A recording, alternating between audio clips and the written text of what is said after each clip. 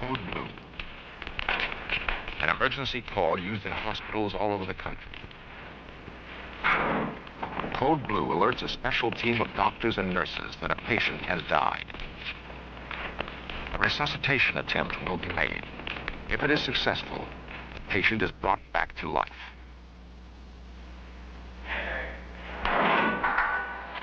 In some cases, they have amazing stories to tell about what it is like on the other side. What is it like to die?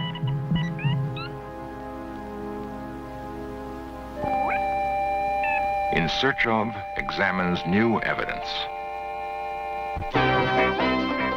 This series presents information based in part on theory and conjecture. The producer's purpose is to suggest some possible explanations, but not necessarily the only ones, to the mysteries we will examine.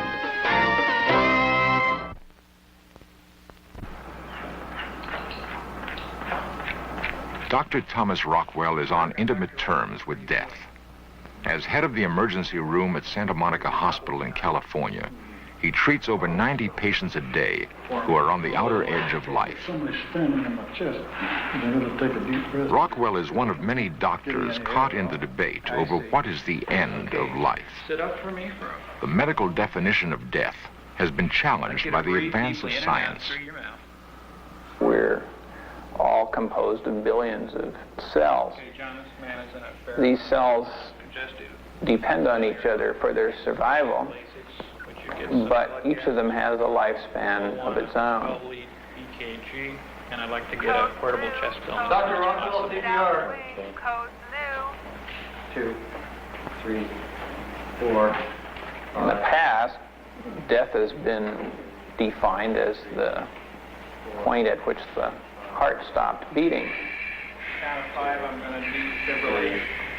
4, 5. 1, stand back, go. But we've come to find out that some of the cells in the body can live on for a considerable length of time after the heart stops beating. Now we have redefined death to mean death of the cells in the brain. Now it's very difficult sometimes to tell when that has occurred. If you use the definition of death used to be used, many patients who would have been declared dead under those criteria are resuscitated and regain consciousness and go on and live a useful life. The medical profession's dilemma over the definition of death has startling implications for everyone. What is it like to die? For centuries, man has turned to his priests and wise men for answers. There were no first-hand accounts to go by. Now, due to advances in medical science, there are a few among us who claim to know what death is. Not scientists or doctors, but people who have technically crossed the line between life and death. Western custom is to mask the pain of dying and the sting of bereavement. But the accounts of those who have died and been brought back to life are remarkably similar in that the experience seems not to have been an unpleasant one at all. The words they choose may be different, but their stories lead to the same astonishing conclusion. One account goes, "I lost control of my car on a curve, and I remember thinking, this is the end. I felt like I was tumbling through a long tunnel, and then suddenly I found myself floating over the scene of the accident."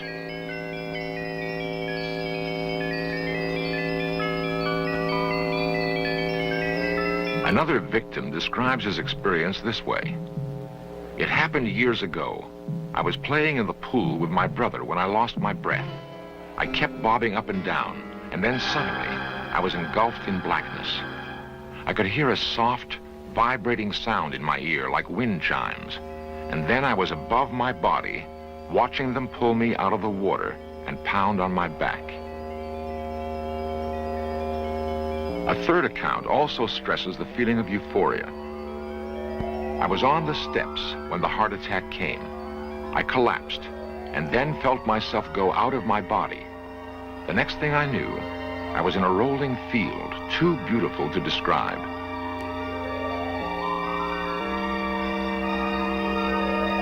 I was overcome with a feeling of utter peace and tranquility. Many have been reluctant to tell others of their encounters with the unknown, but a few have begun to speak out publicly. In 1970, I was diagnosed and told I had Hodgkin's disease. And at the time, I was unable to have any treatment because I was pregnant, and both medicine and radiation treatment were not appropriate at that time. Catherine Hayward knew she was dying. Her disease advanced to the final stage. She made plans to have her children cared for and prepared to enter the hospital with no expectation of leaving. I was 27, critically ill, terminally ill. Began getting weak, very weak, in June 1973, and called my best friend Anne, who took me to the hospital.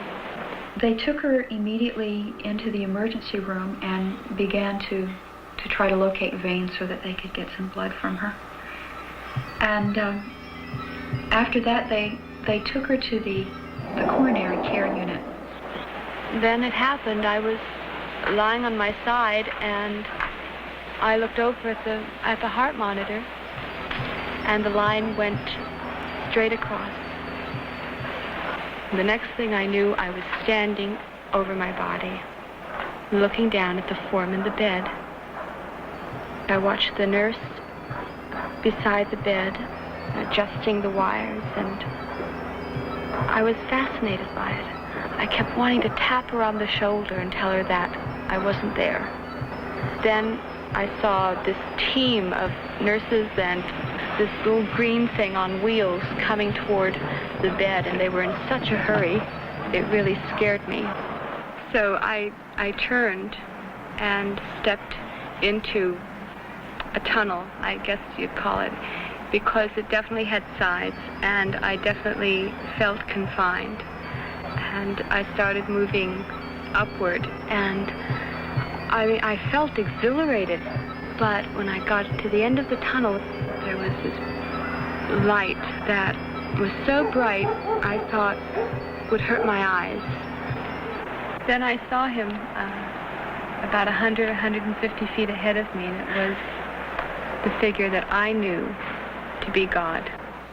They began punching on her chest and thrusting some sort of instrument down her throat to help open up her passages so that she could breathe. Kathy wasn't responding. I said, "Please don't make me go back. Please let me stay here with you." I sounded like a spoiled child, and I was really, really hanging on. Finally, he just took me in, firmly but gently pushed me away from him and said, "You must go back. There is a task that you have to do for me. And if you do this, you will come to me." And then he turned and he walked away. And I was furious. They had somehow managed to start her heart again and to start her breathing again. The doctor that was standing over me said, "We've put the tube past her lungs into her stomach," and apparently they were pumping air into my stomach instead of into my lungs. And they said that's what was causing all this tremendous pain as I was experiencing as I was coming to, but I knew it wasn't that. I knew I was resisting coming back in the body. I felt a quiver running up and down my body, and I felt rage, and I felt like I didn't belong there. So there I was, and not speaking, and all of a sudden, the line went straight again. Saw this nurse come running in, and she took the portable oxygen tank down, and I watched all this, and I watched her put the mask on me. Even though the line went straight, I still saw all this. I saw the bed being pushed down the corridor towards the intensive care unit. That's the last thing I remember seeing before I left my body again. I was immediately in the light, and I was immediately in God's presence again. And he just took me in his arms and very gently said, "Do you understand?" I said, "Yes, I do." And then I came back into the body with just the easiest breath. I signed myself out of the hospital. I left the hospital, and I haven't been back. 3 years later, Catherine's physician reports that she has no trace of Hodgkin's disease. Catherine was recently remarried, and she and her husband Jim have started a new life. Catherine's story is not unique. The out-of-body experience has had a great impact on others who have come close to death. Over the last several years, I've been involved on various levels with several hundred people who have died, and intimately involved with about 100. Dr. Charles Garfield is a psychiatrist at the University of California Cancer Research Institute. A number of years ago, I was teaching a class at UC Berkeley called Psychology of Death. I got a letter from Shelley Ruderman in which he described his experiences some 12 years prior, in which he was dealing with a life-threatening illness. In fact, he was dealing with a seriously advanced lung cancer. The emotional tone of both the letter and the subsequent meetings we had spoke really powerfully to me about the powerful emotional reality they represented in the present. Doing something that I really like to do. Sheldon Ruderman's encounter with death began in 1960. The experience had a profound effect on him and changed the direction of his life. He now counsels cancer patients like Micah Friedman and believes that the power of the mind can reinforce medical treatment. Thus far, the results have been positive. When's your birthday again? January 29th. Right. Okay, by January 29th, if we keep doing this, keep doing what the doctors tell you to do, it's going to be gone. When I asked my surgeon what he thought, he gave me less than 2 years to live. Like a lot of other cancer patients, my original diagnosis seemed to me unbelievable. I mean, somehow it still seemed a little unbelievable. Less than 2 years to live was somehow not within my emotional capability at that point. So I communicated this back to the doctor, and I said, look, I'm not going to die, and your task is to help me in how not to die. You tell me what to do. But I'm not going, because I have to stick around now. In my research, approximately 15% of the people I work with have what might be described as death-accepting attitudes, a sense of the basic all-rightness of their death, that the death feels appropriate to them. That's a pretty small percentage, 15%. Many other people are angry, furious, in the sense that Dylan Thomas was furious, raging against the dying of the light. Okay, I survived an 8-hour operation in which my surgeon did what he later described was the best surgery of his life. I came out of that. I felt physically violated, and no one had prepared me for these kind of feelings. 17 days after this major operation, my surgeon finally walked in, and he said, well, Shelley, we got a problem. We got a mechanical thing that we're going to have to correct. There's a valve that's fouled up in there, and it's making some kind of mess. But it's really a minor correction. We'll have to take you back in the operating room. But it's such a minor thing, we won't have to give you a shot. They took me back into the operating room, and I was on the table now, sort of face down. And since this is a teaching hospital, there are like now about 25 students in the room surrounding the table. And I couldn't believe what was happening. He was cutting me open, I was wide awake. One of the things I originally was trained in myself was engineering. What was perfectly obvious to me was that of the 25 people in the room, very few could see the surgery. So what I did was sort of like a little engineering thing. In my mind, I built a board coming out of the wall and back of me, which would go right over the table, right above the body. I'd be able to look down, no one would block the view. It was just, mind play. No sooner had I thought of that when my consciousness was on the ceiling watching this operation. I have to say at this point that the guy that I was at that time was somebody who thoroughly disbelieved in anything that was psychic. I was a very scientific character. I was an atheist, very pragmatic. I didn't believe anything I didn't see. Here I was experiencing something that was impossible. My consciousness was on the top of the room watching them operate on my body. The view looking down was very clear when it came to the people watching the surgery. I could see all of the students very clear. When it got to the outlines of the table that I was on, it got fuzzy. When it got to the outlines of my body, it got fuzzier yet. And when it got to the wound itself, where he was actually operating, I could not see. People have the sense of leaving their bodies, of rising above their bodies, and of drifting throughout the room, of being aware of images, of being able to see the room, to see the world from a different point of view, to be able to see their own bodies lying in the bed, and in essence, to be detached from the physical body. Now, about every 15 minutes or so, my surgeon asked me how I was doing. Somehow, I had to be back in the body to answer those questions. And I would say, all right, and then I'd get out again. I mean, while there was something going off someplace that said, this is impossible, the rest of it felt completely normal. I think the important part is that we're not just generating pictures in our mind out of anxiety, that somehow there appears to be a contact with a level of reality that we don't normally address. I felt like I was within, at the most, 24 hours of dying if I let myself die.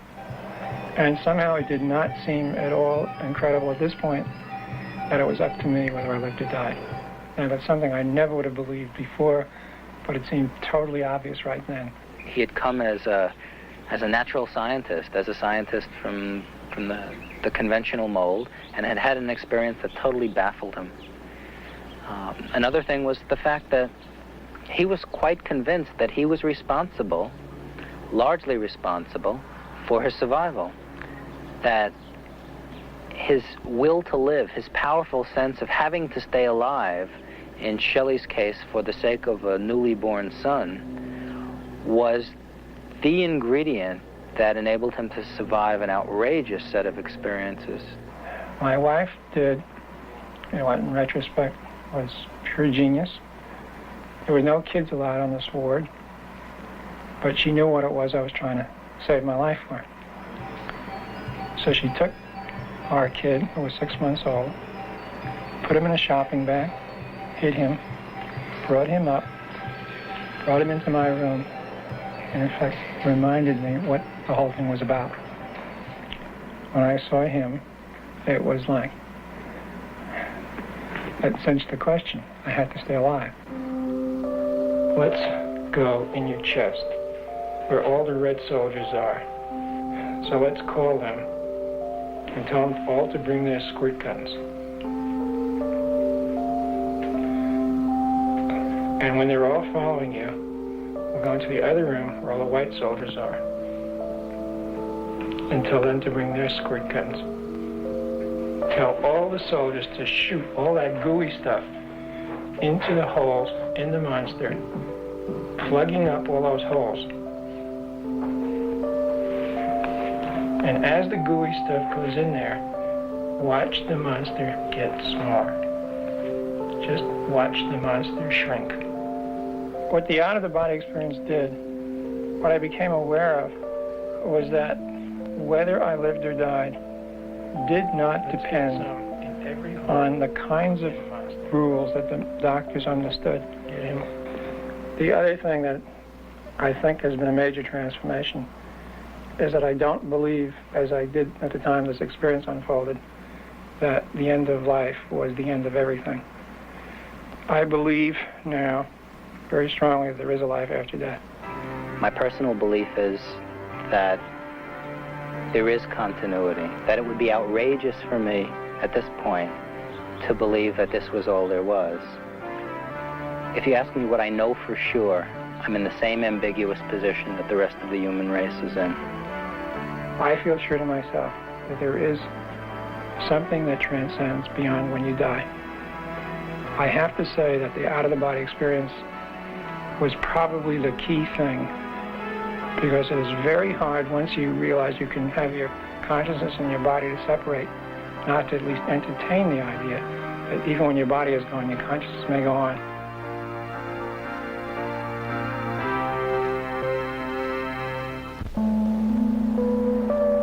Independent accounts of the out-of-body experience are remarkably similar.